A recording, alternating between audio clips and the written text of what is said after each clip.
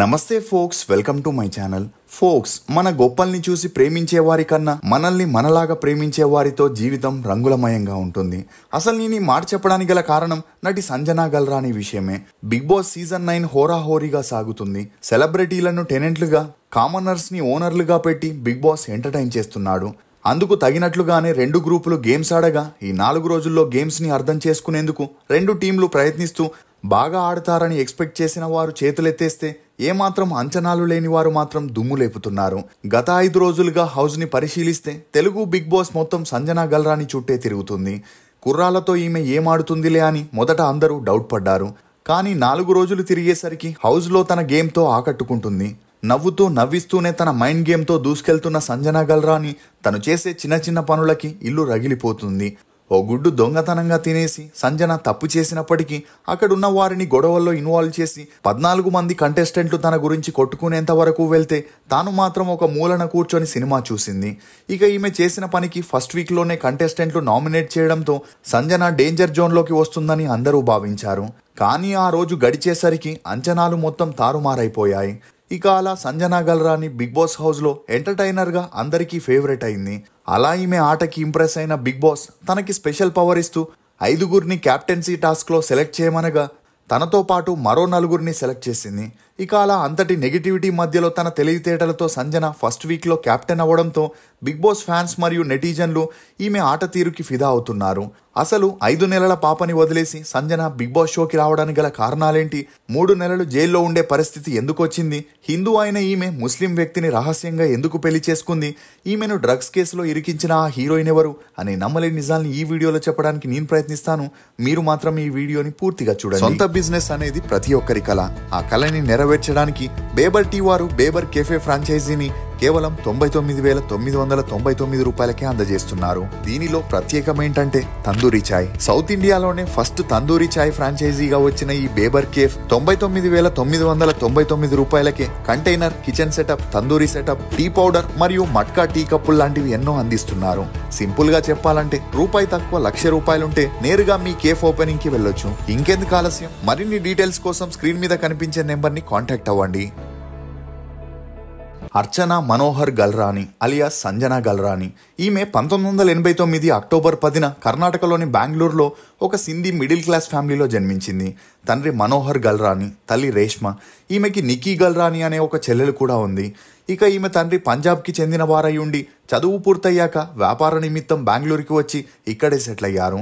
అలా టెక్స్టైల్స్ ని imports and exports చేస్తూ కుటుంబానికి ఏ లోటు లేకుండా చూసుకుంటే తల్లి హౌస్ వైఫ్ గా ఉండేది. ఇక అలా సంజన తన స్కూలింగ్ ని బెంగళూరులోని సెయింట్ మేరీస్ హై స్కూల్లో చదివింది.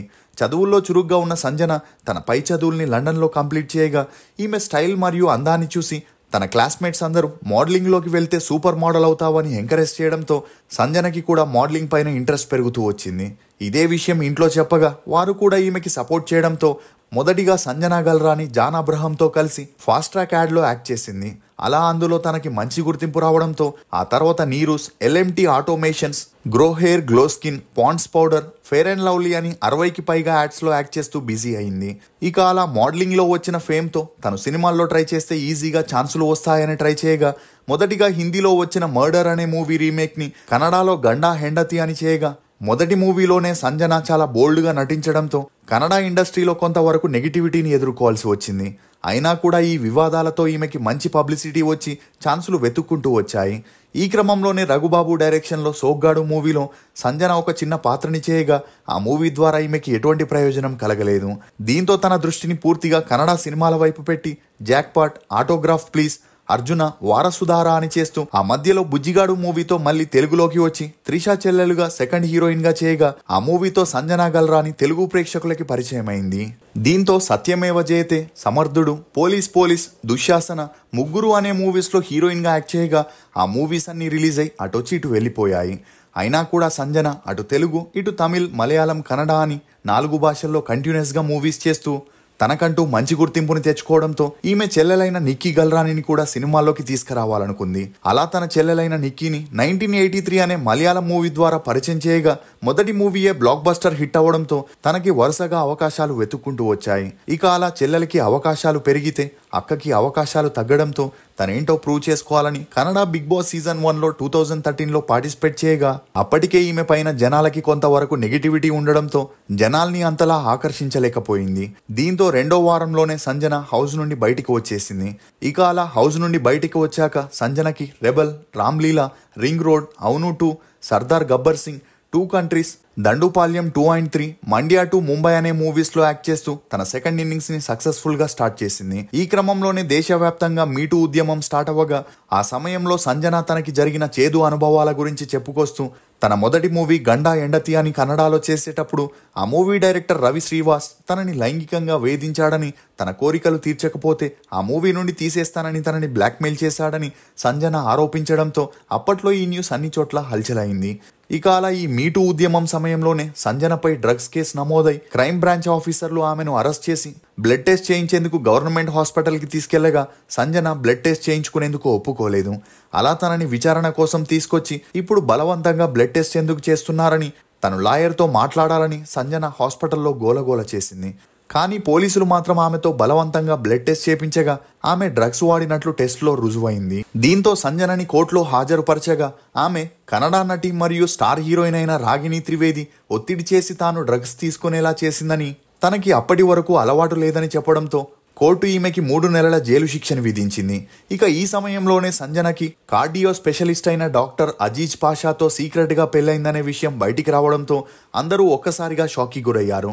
ఇక అలా జైల్లో ఉన్నప్పుడే సంజనకి కోవిడ్ పాజిటివ్ రావడంతో ఆమెకి బెయిలుని మంజూరు చేయగా బయటికి వచ్చింది. అలా అప్పటి నుండి పాషా ఆమెకు అండగా ఉంటూ కోవిడ్లో కూడా తనని జాగ్రత్తగా చూసుకోవడంతో అప్పటి వరకు సీక్రెట్గా ఉంచిన వీరి పెళ్లిని అఫీషియల్ చేయాలని మళ్ళీ గ్రాండ్గా పెళ్లి చేసుకోవాలనుకున్నారు.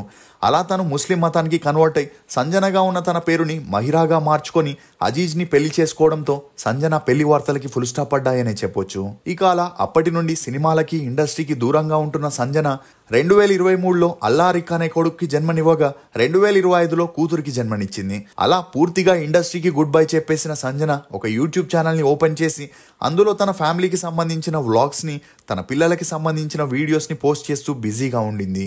ఇక అలా ఈమెకి ఎంత పేరు ప్రతిష్ట ఉన్నా తనపైన డ్రగ్స్ అనే మచ్చ పోకపోవడంతో ఎలాగైనా దాన్ని తొలగించుకోవాలనుకుంది. ఈ క్రమంలోనే తెలుగు బిగ్ బాస్ సీజన్ 9లోకి సంజనకి ఆఫర్ రాగా ఈ అవకాశాన్ని ఎలాగైనా వినియోగించుకోవాలని రోజుకి 50,000 రూపాయల చొప్పున పేమెంట్ తీసుకుంటూ హౌస్లోకి వచ్చినట్లు తెలుస్తుంది. ఇక బిగ్ బాస్ సీజన్ 9లోకి కంటెస్టెంట్గా వచ్చిన సంజన గల్రాని నాగార్జునతో స్టేజ్ పై ఒక విషయం చెబుతూ ఎమోషనల్ అయింది. అలా 2020లో తనపై ఒక కేసు పెట్టారని, ఇన్వెస్టిగేషన్ కోసమని పిలిచి అరెస్ట్ చేయడం, మీడియా కూడా ఇష్టం వచ్చినట్లు వార్తలు రాయడంతో తన కెరియర్పై ఒక మచ్చ పడిందని, అయితే హైకోర్టులో ఆ డ్రగ్స్ కేసు ఫాల్స్ అని తేలినా కూడా చాలామంది ప్రేక్షకులకి ఈ విషయం తెలియదని, ఆ మచ్చని తొలగించుకోవడానికి తను ఎలాంటి అమ్మాయి అనేది, ఎంత పద్ధతిగా ఉంటుందనేది అందరికీ చూపించడానికే హౌస్లోకి వచ్చినట్లు సంజన చెప్పుకొచ్చింది. మీకు బిగ్ బాస్ హౌస్లో ఫేవరెట్ కంటెస్టెంట్ ఎవరనేది కమెంట్ సెక్షన్లో తప్పకుండా తెలియజేయండి. ఫోక్స్, విజయం మనకి ఒకే దారిని చూపిస్తుంది, కానీ అపజయం 100 పరిష్కారాలని అందిస్తుంది. అందుకే పరిష్కారం లేని సమస్య గురించి చింతించకు, పరిష్కారం ఉన్న సమస్యని వదలకు. ఇది ఫోక్స్ సంజన గల్రాని గురించి కొన్ని నమ్మలేని నిజాలు. ఈ వీడియో మీద మీ అభిప్రాయాన్ని కమెంట్ సెక్షన్లో తప్పకుండా తెలియజేయండి. మేము చేసిన ఈ వీడియో మీకు నచ్చినట్లయితే ఒక లైక్ ద్వారా మీ సపోర్ట్ని మాకు తెలియజేయండి. For more interesting videos please subscribe to CR voice. Thank you.